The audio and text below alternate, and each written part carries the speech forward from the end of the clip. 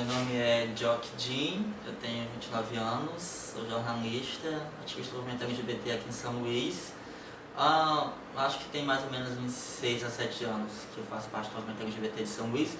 E começou não tão intencionalmente, na verdade, por conta do meu trabalho como jornalista. Quando eu comecei como estagiário 9 anos atrás, eu cobri uma vez uma atividade de um grupo LGBT daqui. E aí conversei com eles muito rapidamente, perguntei como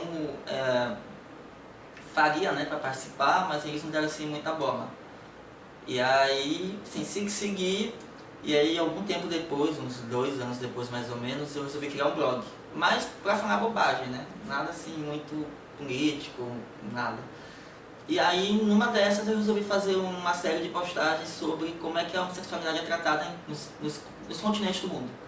Como, de um modo geral, cada continente tem a sua cultura, vê a população LGBT. Né? E fiz uma postagem específica sobre o Brasil. Além de falar da América, fiz Brasil também. E eu vi que isso teve uma repercussão legal no blog.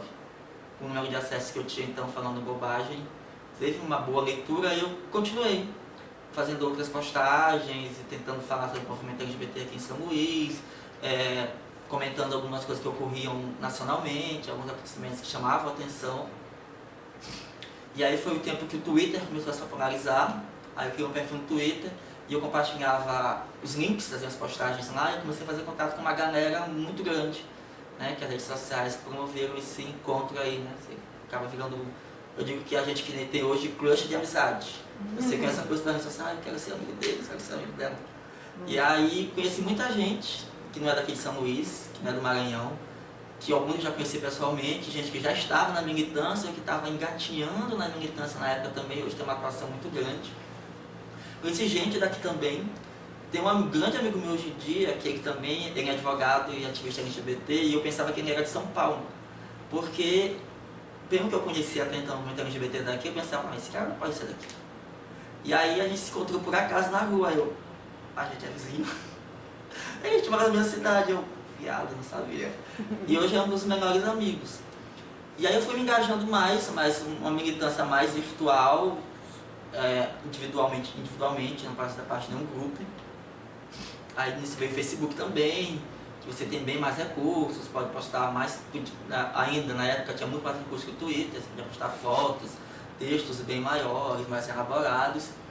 E aí muita gente que eu já conhecia do Twitter também estava no Facebook, e já tinha uma certa rede, essa rede foi ampliada pelo Facebook, e eu fui conhecendo nesse período de redes sociais muitos grupos fora daqui, gente do Pará, de São Paulo, de Minas, do Ceará, de estados mais próximos, mais distantes. E sempre observando como o movimento LGBT daqui funcionava e me incomodando o fato de que era tudo muito ligado às parcas iniciativas do poder público. Aquelas datas, Semana da Diversidade, aí a Defensoria Pública fazia um evento, aí aparecia lá, eram convidados os ativistas, mas era tudo assim muito institucional. E me incomodava bastante porque eu acho que o movimento social tem que falar com a população, de forma que a população compreenda, que é uma grande falha ainda hoje, não só em São Luís. E aí continuei conhecendo gente, fazendo essa militância virtual, individual, e aí eu conheci um formado em Sociologia pela UFMA, que é professor, Alderico II, o nome dele, e ele criou, na época que ele fez o curso de extensão, ainda pela universidade, um projeto educacional chamado Curta Diversidade. Que a ideia era pegar produções cinematográficas que batessem a questão LGBT, levar isso para escolas e debater com estudantes.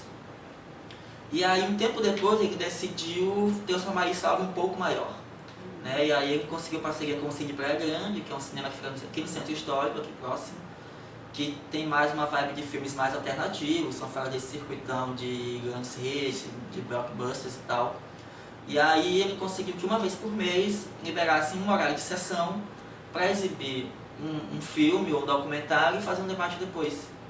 E aí a primeira sessão que teve, em dezembro de 2014, eu lembro que um amigo meu me convidou. Aí eu disse, mas que tu não me chamou com o tempo, eu poderia ter feito uma matéria para o jornal para ajudar a divulgar. Mas tudo bem, eu vou assim mesmo. Aí eu fui, fiz amizade com o Alderico, com o Rafael, que é o diretor do cinema, Félix Petrin. E aí no mês seguinte, na sessão seguinte, eu já estava meio fazendo parte do grupo. Era um grupo muito pequeno, acho que nós éramos 5 pessoas no máximo. E aí ficamos, 2015 a gente não conseguiu fazer o ano inteiro, teve algumas dificuldades. Aí em 2016 eu assumi a coordenação do coletivo, e a gente conseguiu trabalhar bem mais, trabalhando praticamente todos os meses do ano. E além das sessões mesmo que a gente faz, a gente conseguiu fazer e participar de outras atividades, como feira literária. A gente estudou, por exemplo, a questão LGBT dentro de Grandes Sertões Vereda, né? E a gente participou da feira de ciência e tecnologia, sempre colocando a questão LGBT dentro desses espaços, dessas outras leituras. E foi um ano assim que o coletivo realmente conseguiu se organizar e meio que aparecer na cidade. Em 2015 foi bem complicado, aí hoje nós somos em quase 20 pessoas de diversas idades, gente de 19 a 30 e poucos anos, pessoas trans, pessoas cisgênero, gay, lésbica, bissexual, gente que é de outras sexualidades mais marginais, de identidades de gênero não tão binárias. E a partir de eu entrar de fato no curso da diversidade, foi que eu comecei realmente a ter um trabalho mais denso de militância. Até então eu fazia uma coisinha ou outra ali, passava de uma coisa ou outra, mas do ano passado para cá eu comecei a participar mesmo de mesas, a mediar debates, a organizar. No ano passado eu ajudei a organizar a Semana da Diversidade, uma proposta de recriar a semana, que ela não tinha um tom político de fato. A parada LGBT, independente de como ela seja organizada, ela vai ser sempre um movimento político. Porque afinal tu reúne um monte de pessoas LGBTs numa via pública, e as pessoas estão ali dizendo eu existo e me respeite. Mas a gente acha que a gente pode fazer algo para além da festa. Lógico que a gente tem que celebrar a nossa identidade sexual e de gênero, mas precisa ter realmente algo que gere política pública. Porque senão não faz muito sentido na minha visão. Aí, no ano passado a gente pensou, reuniu vários outros coletivos da cidade que estavam mais atuantes e conseguiu fazer uma semana da diversidade parada bem mais centrada, mais política. Mas esse ano deu uma enfraquecida, porque o movimento social tem uma coisinha chamada ego, né? Tem gente que faz eutivismo e não ativismo, e aí é complicado, e isso deu a galera que se mobilizou ano passado, uma galera muito legal, meio que se afastou esse ano. Então assim, um dos coletivos que está mais atuantes ainda hoje é o Curta, apesar de ter 3 anos aí de atividade, e a galera nova que entrou esse ano está bem engajada, então todo ano a gente chama pessoas novas justamente porque a pessoa entra, está cheia de ideias, está super motivada, e a gente sabe que assim a gente vai conseguir levar o coletivo, porque, como eu digo sempre, se ano que vem eu não quiser estar, mas eu não sou o coletivo. O coletivo ele tem que ser ele, feito pelas pessoas, independente de estarem ou não desde o início. Eu sou um dos 2 que estão desde o princípio, desde dezembro de 2014. Várias outras pessoas saíram, entraram nesse período e o coletivo continuou se organizando e acontecendo, porque o coletivo tem que estar acima das pessoas que estão ali, né? Não sou eu. Eu tenho essa visão muito coletiva da coisa. Não sou eu que estou fazendo e não estou fazendo para mim. Até porque eu acho que a gente tem avançado tão pouco que os resultados desse trabalho vai vir para as futuras gerações.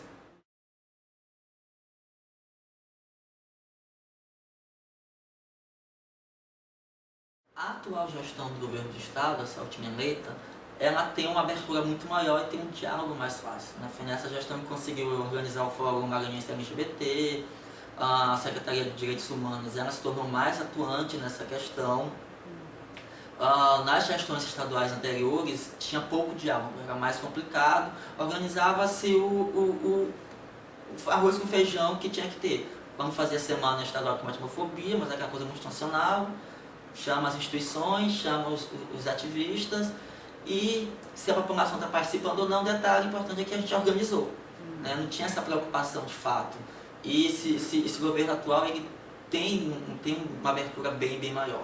O município, como ele não tem uma secretaria específica para tratar dessas questões, tem as SENCAS, mas ela lida mais com crianças, adolescentes, essa questão de população de rua. Não tem dentro do município mesmo algo muito específico para a população LGBT. Tem para mulheres, para a população negra. É algo que ainda está se estruturando ainda muito parcamente, aos pouquinhos. Já se percebe uma evolução muito grande na última gestão para cá, mas não tanto quanto o governo do estado, até porque aqui em São Luís, o governo do estado sempre foi o grande ator público, né, de pautar e de pensar essas questões. Tem muita gente do movimento LGBT que hoje está na Secretaria de Direitos Humanos e, apesar de várias críticas, mas fazem um trabalho que é importante, poderia ser bem mais, se tivesse não só a vontade política, mas a vontade pessoal deles, depois que eu falei do ativismo, mas faz um trabalho importante e estão ali pautando. A Defensoria Pública tem um núcleo específico para a população LGBT, né? Então, e a grande demanda deles é essa questão da norma social, o tratamento de transgenitorização, as pessoas têm fase de transição, mas está aberto para qualquer demanda da vida da população LGBT. O governo federal, localmente, esse diálogo não existe assim, na verdade. Existem grupos que participam dos fóruns, das atividades nacionais, mas não existe uma atividade do governo federal realizada dentro do Maranhão, de São Luís, voltada para o público LGBT. As políticas que tem são as políticas para outros grupos minoritários, como de mulheres, de população negra, mas especificamente para a população LGBT em termos de política federal não há nada. Não.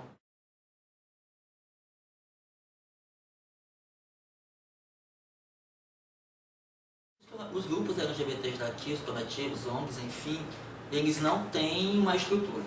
Você pensar, onde é que é a sede do coletivo Curta Diversidade? Não tem.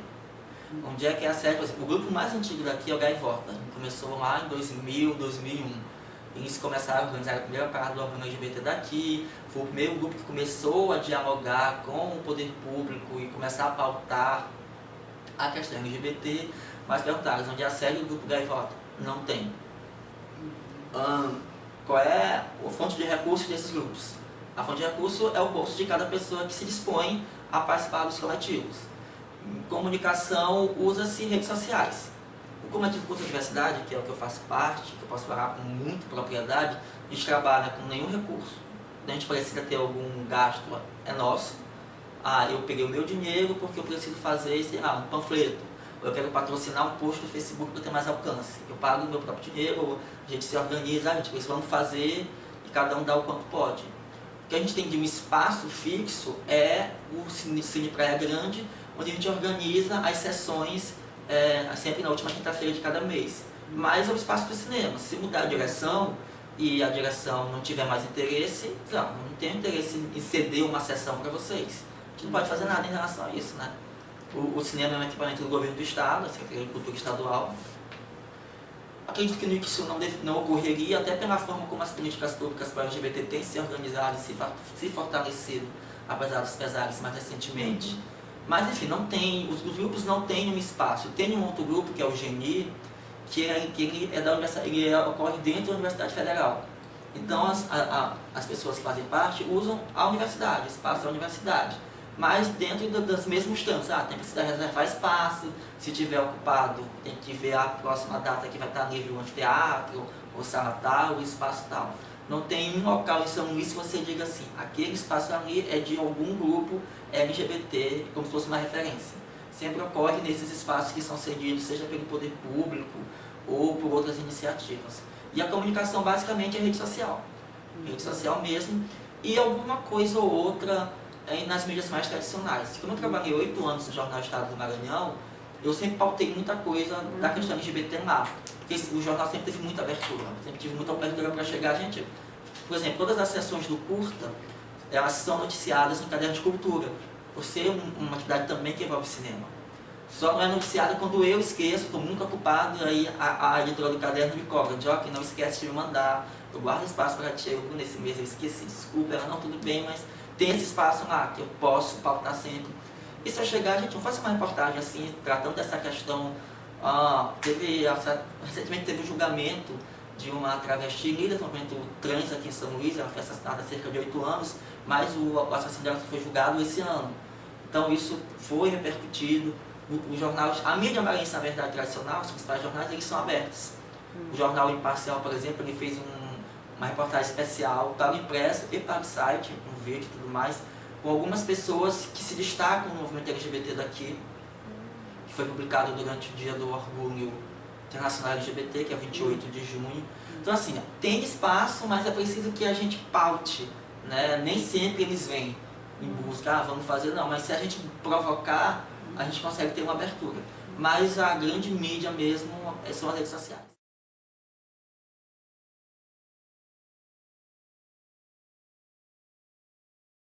No ano passado, quando nós organizamos a Semana da Diversidade, a gente tentou reunir outros grupos sociais, movimentos sociais, movimento negro, movimento de mulheres, mas quando a coisa de fato aconteceu, estava só mesmo os grupos LGBTs. Ano passado nós reunimos o Curta Diversidade, o Coletivo Atrac, que é outro coletivo do qual eu faço parte, mas está bem parado desde a nossa no Atrac, a última grande ação foi ajudar a construir a semana do orgulho LGBT do ano passado. Então desde agosto do ano passado que não se fez mais nada no Coletivo Atrac. E o Coletivo Gaivota.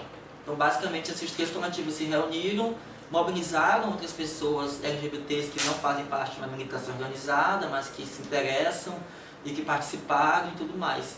Mas não existe essa interseção de grupos de movimentos sociais. Essa ação foi organizada por um grupo LGBT, com um grupo movimento negro, de mulheres, trabalhadores do campo, movimento indigenista e tudo mais. É bem sectário ainda. E dentro do grupo LGBT existem as questões de ego. Né? Então, por exemplo, esse ano o Gaivota, e eu vou citar muito o Gaivota ao longo dessa entrevista, porque eles são os mais antigos. Ano passado eles fizeram a convocatória para todos os coletivos que estavam atuando construir a Semana da Diversidade para o orgulho LGBT.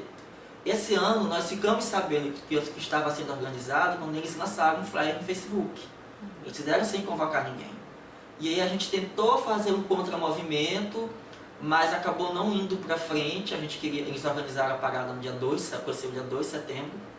Não teve Semana da Diversidade, não teve aquela semana de debate, de diálogo com o poder público, com a sociedade civil. Foi basicamente a parada, eles não chamaram ninguém, a gente tentou organizar uma coisa de forma de protesto contra o movimento, mas acabou não indo para frente. E aí isso é muito complicado, porque é um movimento coletivo. E eles dizem, mas nós estamos há tantos anos no movimento. Parabéns, que bom, continuem, a gente não quer ocupar espaço de ninguém. A gente acha que o movimento tem que ser somado.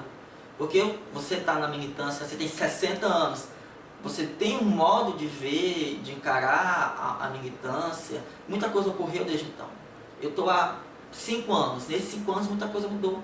A gente adquiriu muitos direitos que não tinham 5 anos atrás. Então assim, no Curta tem gente de 19 anos. Tem uma outra relação com mídias sociais, tem uma outra forma de ver. Então assim, a gente acha que só tem a somar quando você faz esse intercâmbio de gerações. Mas eles são muito fechados em si. Então a gente está tentando quebrar isso aqui, os coletivos ou as pessoas que militam, que são mais jovens, no intuito de não é ocupar o espaço, é somar forças. Então existe esse sectarismo dentro do próprio movimento que no fim das contas só enfraquece.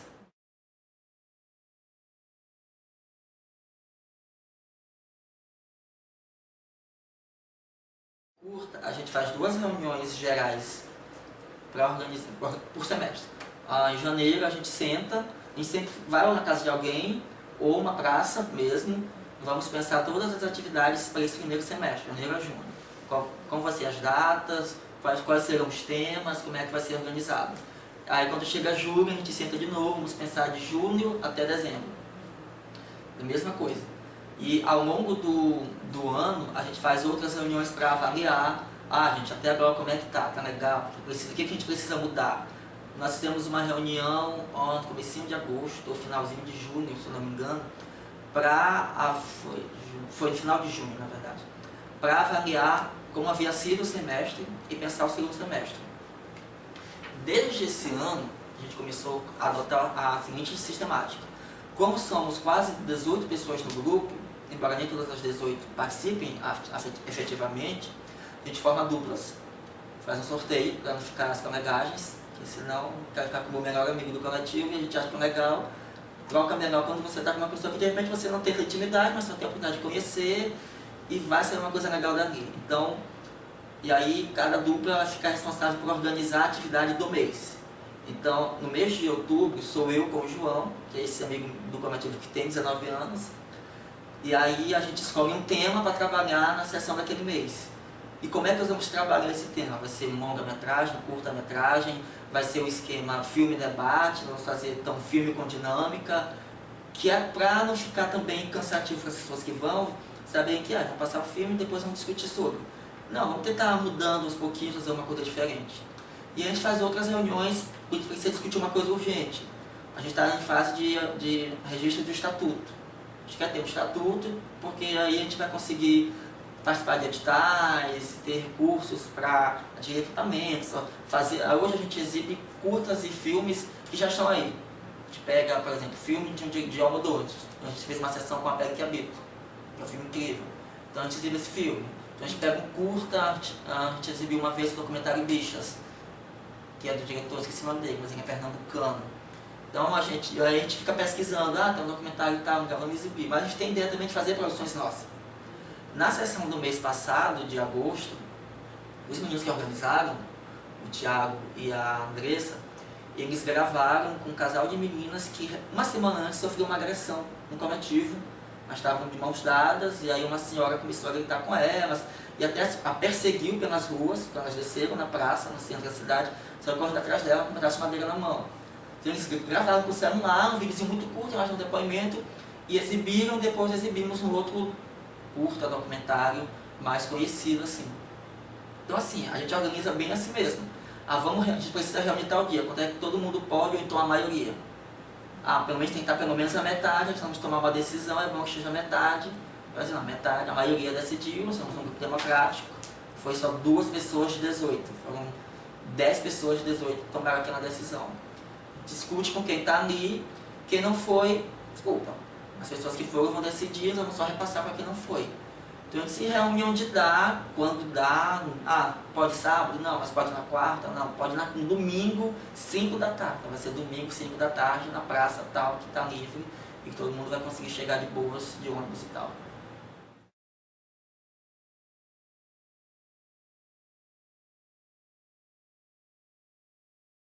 A população LGBT no Brasil ainda não se enxerga e não percebe a força política que tem, né? Tanto é que nós vimos nas últimas eleições majoritárias, em 2016, que houve todas as grandes candidaturas estavam muito preocupadas em pautar a questão LGBT, ter um plano para a população LGBT. Mesmo candidatos que, tempos anteriores, tinham feito declarações muito polêmicas. A Marina Silva, por exemplo, já tinha dito que é contra o casamento homoafetivo, mas a candidatura dela lançou um programa para o LGBT muito progressista, aliás, que eu disse, não sei se isso aqui vai para frente, porque esse aqui não é o perfil dela, esse aqui é muito progressista, a Marina Silva. Dilma, o PT no caso, lançou também um programa para o LGBT muito progressista, mas a gente pensava que foi o primeiro governo dela, eu fiquei, o primeiro governo dela, eu duvido que ela consiga fazer isso aqui. Porque ela está muito presa à bancada conservadora, à bancada evangélica. Ela fez concessões absurdas na governabilidade. Ela não vai fazer nada disso aqui. Se fizer 1/3, já fez muita coisa. Candidaturas menores, mas que tiveram muito apelo, como a do Eduardo Jorge e a da Luciana Genro, que foram as candidaturas que tiveram maior apelo para o LGBT e maior adesão, no fim das contas. Também tinham planos. Então a gente percebe que existe essa questão de ganhar o voto para a população LGBT, independente de, depois que foi eleito, vai cumprir aquilo. Então, assim, as candidaturas já perceberam a importância e a quantidade de pessoas LGBTs votantes, mas nós não percebemos a força que o nosso voto faz. Muitas vezes, falando, por exemplo, das representatividades partidárias, os chamados setores LGBT, eles acabam defendendo o partido e não defendendo a população LGBT. E é absurdamente errado. Você não está cumprindo aquilo que você se propõe. Porque se o partido está errado, você tem que criticar. E o partido tem que entender que está fazendo uma crítica que é construtiva. E a gente tem uma representatividade muito parca. Hoje tem um único congressista, certamente LGBT, que é o Jean, o PSOL, que é um dos partidos que realmente mais trabalha com essa causa. Mas existe um conservadorismo absurdo no Congresso Nacional, e isso se replicou nas casas legislativas municipais e estaduais, e em muitas prefeituras também de cidades menores. E é muito difícil a gente pensar, por exemplo, a questão da política partidária. Eu acho que não tem, acho que não é por aí o viés. A gente tem que tentar pensar políticas alternativas. E aí entram os coletivos, de estarem ali pautando, de estarem ali cobrando, de estarem ali, de estarem com todas as possibilidades de tentar colocar essa política em pauta. No curso da diversidade, o nosso estatuto para ser registrado, é vedada a associação política do coletivo com qualquer partido. Porque para a gente não faz diferença se é o partido A, B, C ou D. O que importa é que o resultado venha para a população LGBT, que a política aconteça. Quem fez a política, se foi esse partido ou aquele partido, é só um detalhe. E aí, nós fomos chamados esse ano para uma reunião do PT, e aí eu expliquei, olha, nós não vamos defender a candidatura do PT. Da mesma forma que nós não vamos defender a candidatura de nenhum partido. Se outro partido nos chamar para sentar e conversar, nós vamos também, porque nós estamos trabalhando pela população LGBT daqui, não para defender nenhuma candidatura. Eu, pessoalmente, eu tenho minhas visões políticas e eu posso defender a candidatura que eu quiser, mas eu, Jock, eu, membro do curso de diversidade, não. E isso é uma coisa que a gente trabalha muito dentro do coletivo. Toda vez que você é chamado para qualquer coisa, tem que dizer, gente, eu fui chamado para tal mesa, tal atividade, é assim, assim, assado. Eu vou enquanto pessoa, eu vou enquanto membro do coletivo. A gente decide, não, isso aqui não interessa ao coletivo, não está dentro da nossa proposta, da nossa visão. Você vai, você fique à vontade, mas você não cite o coletivo, não envolva o coletivo naquela atividade, que ela não está de acordo com as políticas que nós pensamos, no que nós pretendemos trabalhar.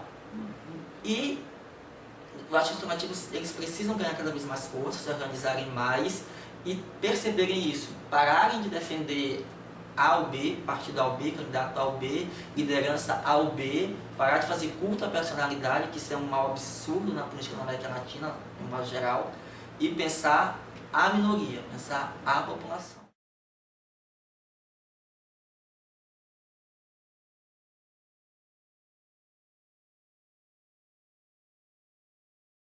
É tentar quebrar o crescimento das forças mais conservadoras. A gente tem uma bancada evangélica no Congresso que usa as pautas LGBTs como barganha.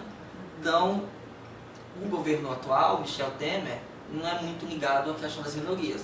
Mas nos governos PT, houve-se uma tentativa, ainda que com todas as falhas que se possam apontar.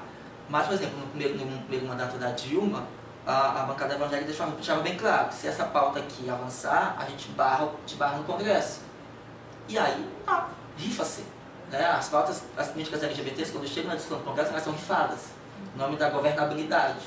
E aí isso prejudica muito, porque já tem políticas muito parcas, não se consegue avançar, pelo contrário, se estagna. O grande desafio é vencer esse conservadorismo e tentar fazer a população em geral entender que não existe prioridade. Estamos falando de pessoas que estão morrendo todos os dias.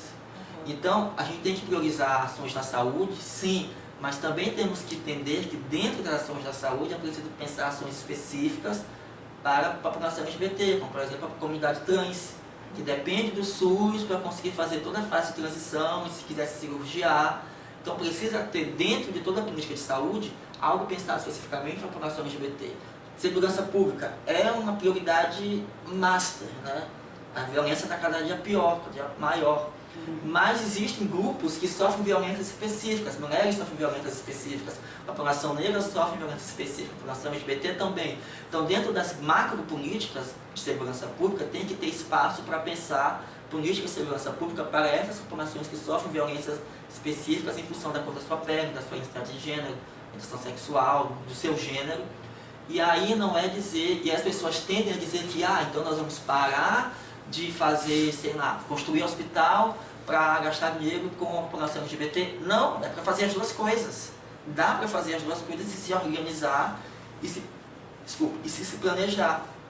Então, os grandes desafios, na minha visão, são esses. Vencer esse crescimento do conservadorismo e educar a população. Né? Porque as pessoas são, a educação pública no Brasil é muito precária. O preconceito é irmão siamês da ignorância. Então, se essas pessoas fossem mais esclarecidas, elas entenderiam melhor que a gente está falando de política pública, nós não estamos privilegiando ninguém, que nós estamos só cumprindo o que nossa Constituição diz. Todos os cidadãos são iguais. Então, as políticas e os direitos têm que chegar de forma igualitária, equitária a todo mundo. Só que é muito difícil, né? Porque todo mundo presta atenção, quando chega o tempo de eleição, nos cargos do executivo, mas ninguém percebe o legislativo. Então a gente vê, por exemplo, como é que figuras que estão ali há N mandatos continuam se elegendo. E que nunca fizeram nada no Congresso de fato, não propuseram uma lei, não conseguiram aprovar uma lei. Como é que as pessoas estão se reelegendo indefinidamente para as casas legislativas? Porque a população não leva a sério, não se envolve. Vota para o legislativo, porque meu amigo pediu porque é tio dele, vou votar nesse aqui porque é tio do meu amigo para deputado. Cheguei lá, achei um santinho no chão, não tem candidato, não tem esse aqui, número que eu estou lembrando agora. eu vou votar nisso aqui porque se ele for eleito, ele vai me dar um emprego lá na Câmara de Vereadores ou na Assembleia. As pessoas não percebem que é o Congresso que de fato governa esse país. O presidente da República não faz nada sem o Congresso. As pessoas focam muito no presidente, no governador, no prefeito e esquecem as casas legislativas, que tem um poder absurdo e sobretudo, a gente pensar nacionalmente, é o Congresso que de fato rege todas as políticas públicas, econômicas, sociais e tudo mais do país. Se nós tivéssemos um Congresso progressista, ainda por mais conservador que o presidente viesse a ser, mas nós teríamos um avanço muito maior nas chamadas causas progressistas para qualquer que fosse o grupo minoritário social.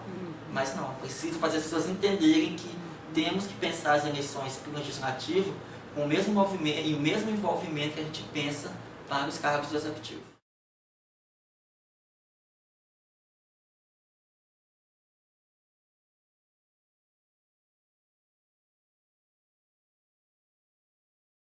Um grande obstáculo é a questão financeira. A gente pensar, no fim das contas, ganhar a eleição que teve dinheiro para bancar. Né? Porque por mais que as redes sociais tenham se tornado uma plataforma super importante, mas elas não têm o mesmo alcance que uma mídia tradicional. Então, 30 segundos na TV, você alcança um público muito maior do que qualquer postagem no Twitter, no Facebook ou no Instagram. Até porque acabam sendo públicos muito diferentes. Então é que a gente viu que as redes sociais foram importantíssimas nas últimas eleições. Porque você conseguia atingir todos os públicos usando a linguagem específica de cada mídia. Para a internet, para a TV, para a rádio, para jornal impresso. E essa questão financeira, ela pega muito.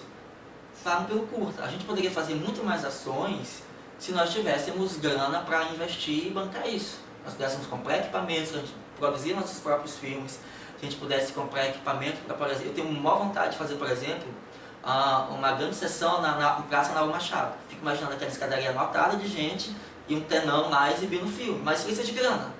Precisa de alguém que banque aqui, a gente não tem dinheiro para isso. Via poder público, a gente tem que participar de editais, mas aí vem por isso nós estamos fazendo estatuto, para estar tudo registrado, que aí já facilita.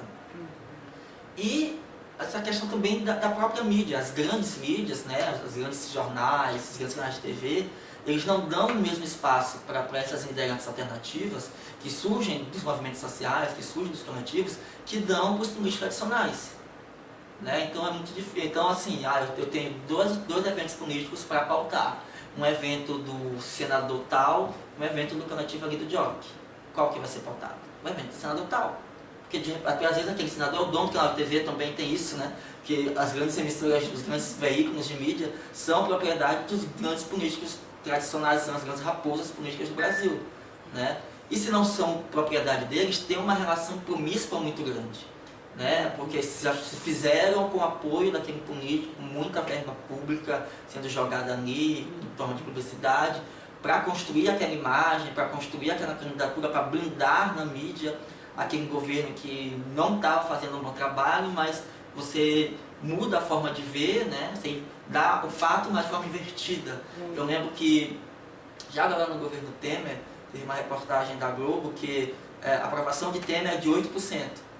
Não, a reprovação dele é de 92%, esse é o fato. Mas você inverte a lógica de noticiar para quem não tem um grande discernimento pensar que ele está sendo aprovado. Não está. A maioria da população não aprova o governo dele, mas eu noticiei que ele tem uma aprovação, por mais insignificante que ela seja. Então, conseguir regulamentar, eu sou jornalista, eu defendo muito essa questão da regulamentação da mídia. E se você fizer isso, você consegue quebrar o monopólio das grandes empresas de comunicação e você consegue fazer com que quem não tem tanto acesso e tanto recurso consiga ter alguma forma de estar ali, não vai ser igual nunca, mas esse abismo vai diminuir. Então, é preciso quebrar esse monopólio das grandes mídias e conseguir ganhar esse espaço dentro mesmo, e isso tudo depende de grana. Então, tendo espaço na mídia e tendo quem banque, ou se você tiver bons recursos, você puder se bancar, você consegue atingir um número de pessoas e consegue emergir de um grupinho pequeno para se tornar de fato uma referência, uma liderança e as pessoas perceberem que você é uma alternativa viável para quem já está aí há anos e que de fato não representa ninguém.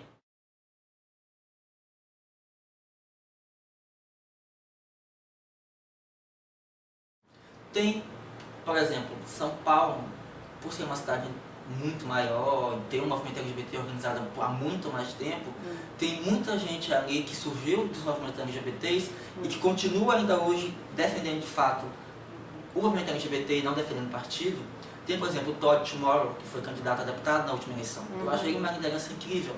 Mas, infelizmente, a candidatura dele não teve poder diante das anticandidaturas, são justamente as que têm acesso à mídia, que têm dinheiro para financiar.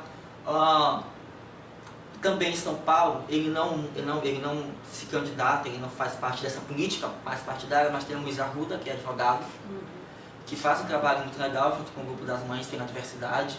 E tem várias partes do Brasil, gente que é liderança política sem estar ligada a um partido. Porque eu acho que a política partidária está falida. Eu acho que é preciso pensar um modelo político de representatividade e mesmo de eleições que não envolvam partidos. É preciso que os cidadãos possam se candidatar sem estar ligados a um partido. Porque no fim das contas você acaba ficando refém do partido.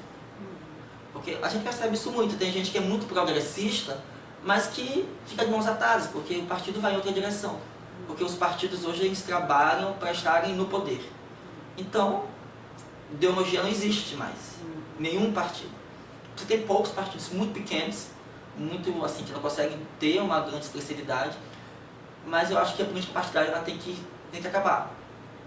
Por exemplo, se não houvesse política partidária, eu acho que a candidatura do Todd, por exemplo, ela ganharia muito mais visibilidade. Porque, no fim das contas, a gente pensar as políticas, as candidaturas de esquerda, as lideranças de esquerda, as que ainda hoje têm um grande destaque, são as que vêm ligadas a partidos políticos. Mas a gente cheio de vícios, cheio de falhas. E aí você está, por exemplo, o PSOL, que é hoje, se eu pensar os partidos políticos, qual que eu diria que mais representa dentro dessa política partidária? É o PSOL, mas eu acho um absurdo o Marcelo Freixo ter sido eleito nos bairros mais ricos do Rio de Janeiro e o Crivella ter tido a maioria dos votos nos bairros da periferia, para ser o oposto. Isso mostra que as lideranças que seguem esse movimento social não sabem dialogar de fato com a sociedade. Não conseguem dialogar com as pessoas que importam, com as pessoas que dizem defender.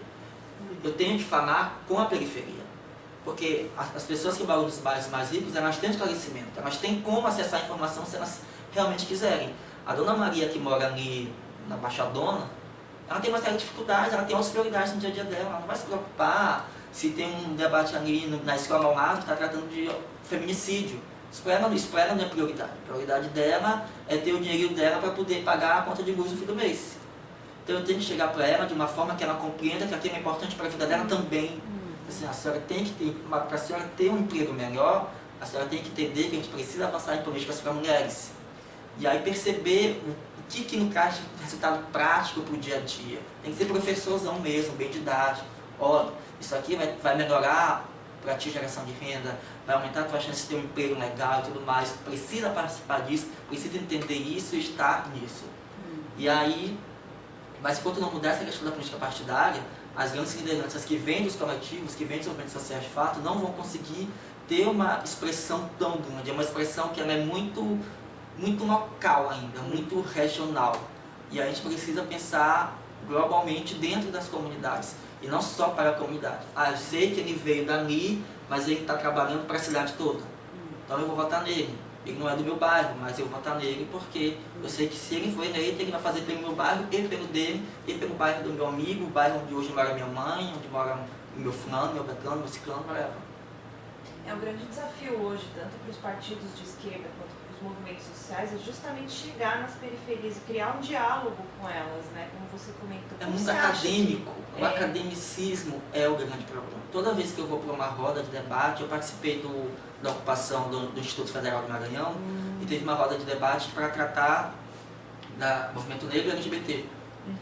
Estava a secretária de Juventude e eu, representando o movimento LGBT, e era um movimento negro também.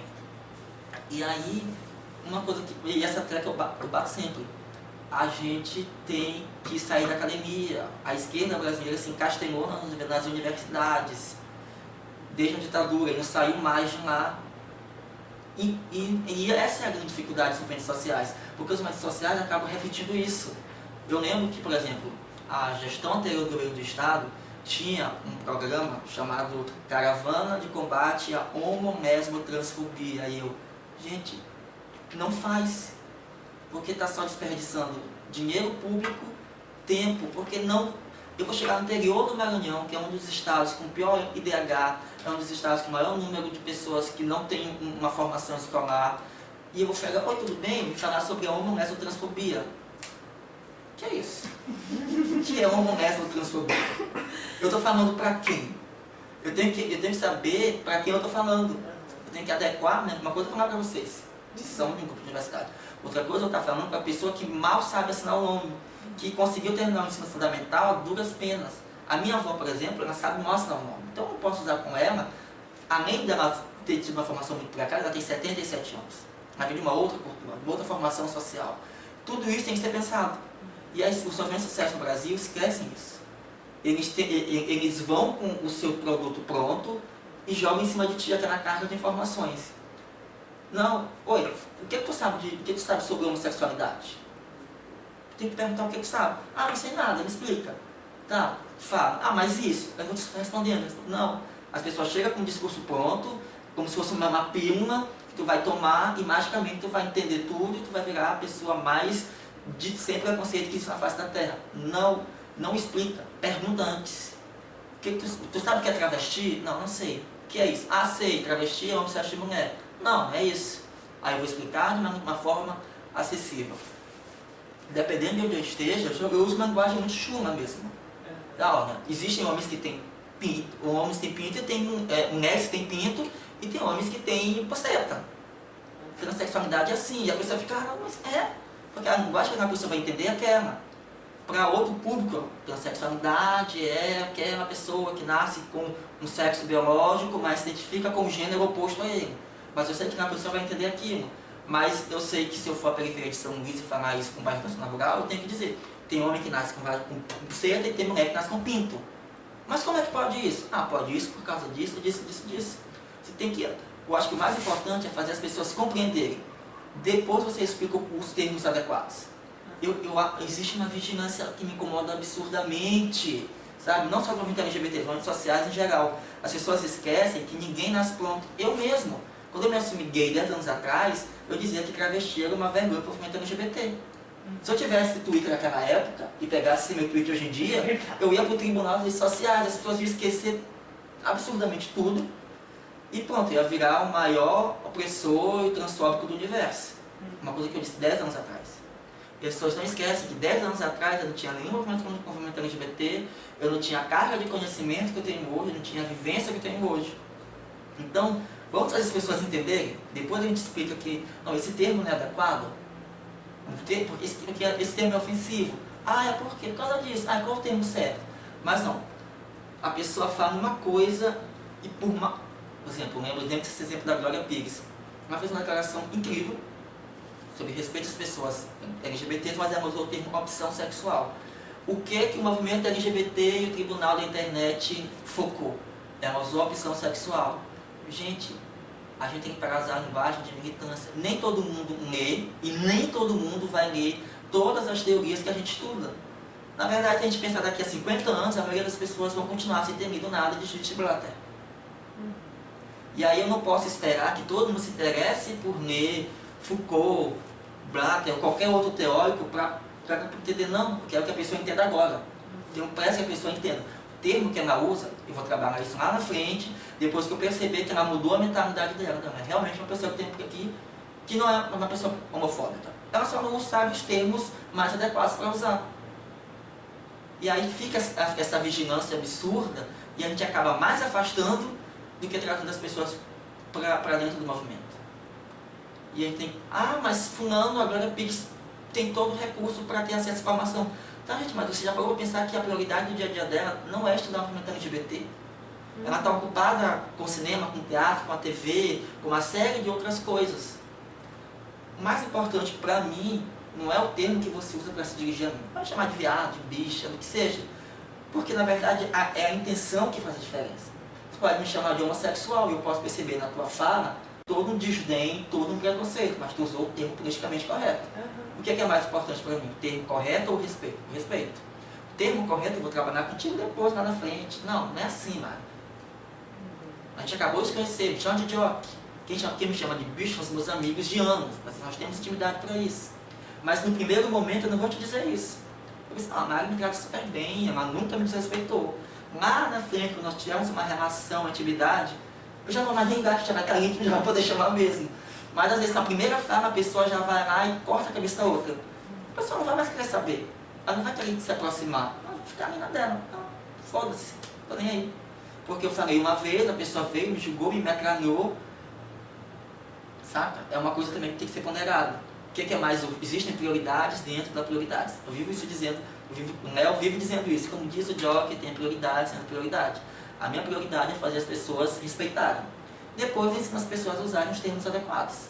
Depois que as pessoas souberem os termos adequados, eu dou a elas os textos que elas queiram ler sobre os teóricos de sexualidade e identidade de gênero. Mas o mais importante agora é eu fazer o seu João, que tem 70 anos e que mora na roça, entender que ele não pode bater numa travesti. Que é uma pessoa que tem que ser tão respeitada quanto ele. Se ele vai continuar chamando ela de traveco, é uma questão que eu vou trabalhar com ele lá na frente, depois. Sabe? Degrau por degrau. Mas hoje em dia a gente quer, os movimentos sociais querem todo mundo nasce desconstruído. Aí eu pergunto, mas tu não era assim. Eu lembro de ti quando tu dizia que tu não gostava de bichinha afeminada. Hoje tu namora uma bicha afeminada, mas tu não foi assim sempre. Por que então que as pessoas não podem ter o tempo delas? De aprender, de mudarem essa mentalidade. E aí os movimentos sociais se encastelam numa linguagem elitista, se encastelam nas universidades, não conseguem dialogar com a maioria da população, que é uma população que não tem tanta formação ainda, infelizmente, no Brasil. E, além disso, crucificam a pessoa porque ela usou um termo equivocado, sem antes entender o contexto daquela pessoa. Se ela falou traveco, é porque ela passou a vida inteira ouvindo aquilo. E ela internalizou que é traveco. Mas ela não sabe que é um termo preconceituoso. Então, eu não vou... Primeiro eu educo, depois eu puno. Mas primeiro se pune. Ah, não esquece, já punir está ótimo. Não se educa. Pune e acabou ali. Vamos educar, vamos informar, vamos formar.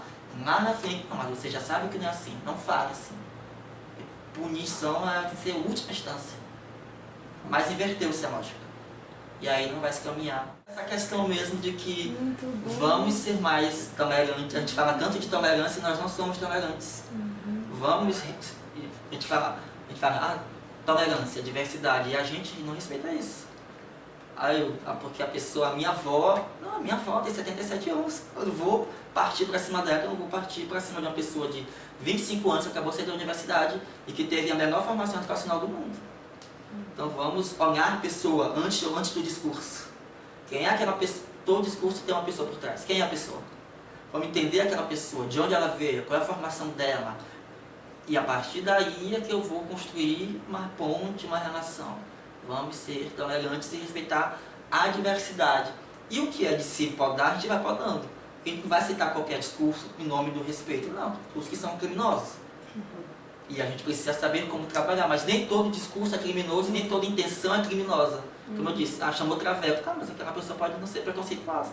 Então, nós somos educados para sermos pessoas preconceituosas. A sociedade é calcada no machismo, na misoginia, no racismo, na homofobia. Nós somos educados desde criança, todo mundo, para sermos essas pessoas.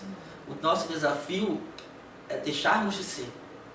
Então, se eu hoje estou num nível de esclarecimento bom, não quer dizer que eu seja perfeito, ninguém é, e aí é outro problema, que eu não sou preconceituoso. Todo mundo é preconceituoso. Todo mundo vai morrer preconceituoso. Porque a gente é tudo muito arraigado. A gente nem percebe às vezes que fez uma besteira. E aí eu digo, às vezes eu faço uma coisa e minhas amigas falam, isso foi machista. Eu sou homem. Eu fui educado como homem, então todo homem é educado para ser machista. E aí é preciso que diga, não, Jock, não é isso, é assim. Aí eu digo, não, realmente foi. E aí saber entender, porque às vezes a gente não quer perceber que nós somos preconceituosos. E a gente só acaba um problema se a gente assumir que ele existe. Então quando eu assumo que, eu fiz isso foi machista, ou isso foi racista, eu vou trabalhar aquilo em mim. Posso cometer outras vezes? Sim, mas bem menos e de forma não mais tão grave quanto antes. Então vamos assumir que nós somos pessoas em desconstrução sempre, até o último dia da nossa vida. Nós vamos estar todos os dias nos desconstruindo e vamos ser mais tolerantes com aquela outra pessoa que está também vivendo, assim como nós, o seu processo de desconstrução. Vamos olhar a pessoa, entender a pessoa e só depois trabalhar o discurso dela, qualquer que seja ele.